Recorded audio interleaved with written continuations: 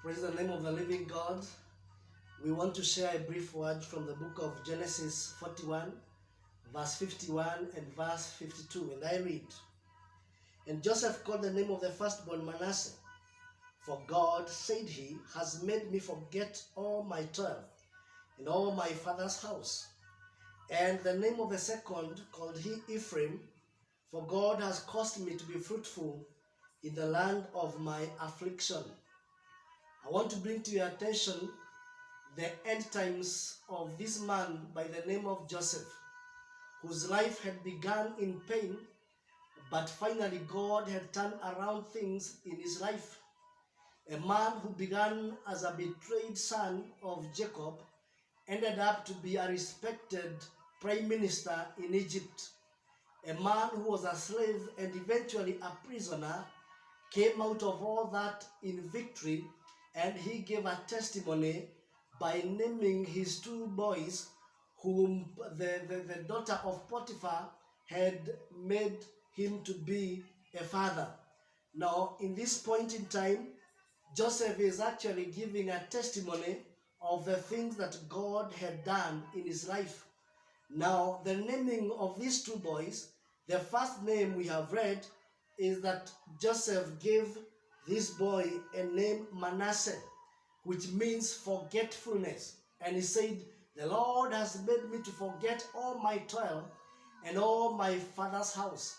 It means, in short, that God had made Joseph to forget his past, a past that was bitter, a past that was not good, a past that was full of betrayal, a past that was full of pain. God had made him to forget.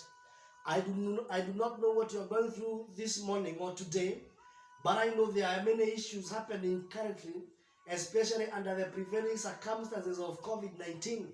Many people are losing their jobs. Many people are losing businesses. Families are breaking. There are many people who are in anguish and pain. Some are lonely in isolation centers. Some are actually sick in hospitals. Some are full of anxiety because they have a cold and they are not sure whether it is COVID-19.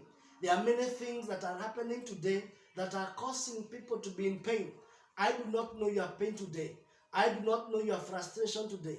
I do not know your setback today. But one thing that I know is that God is able to turn things around, and our end shall be better than the beginning.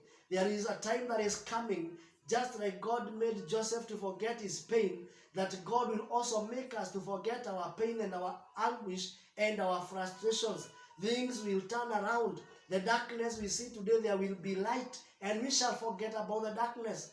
The lack which we are experiencing today, we shall have plenty, and we shall forget the time that we were in lack.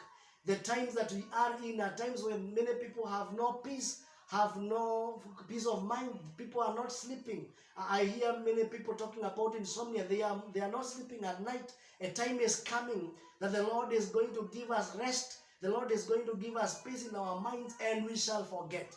And I want to pray for you that today, that God will make this time come to pass, that you shall be able to forget. You shall be able to forget your pain. You shall be able to forget your agony, which shall be soon be replaced by joy.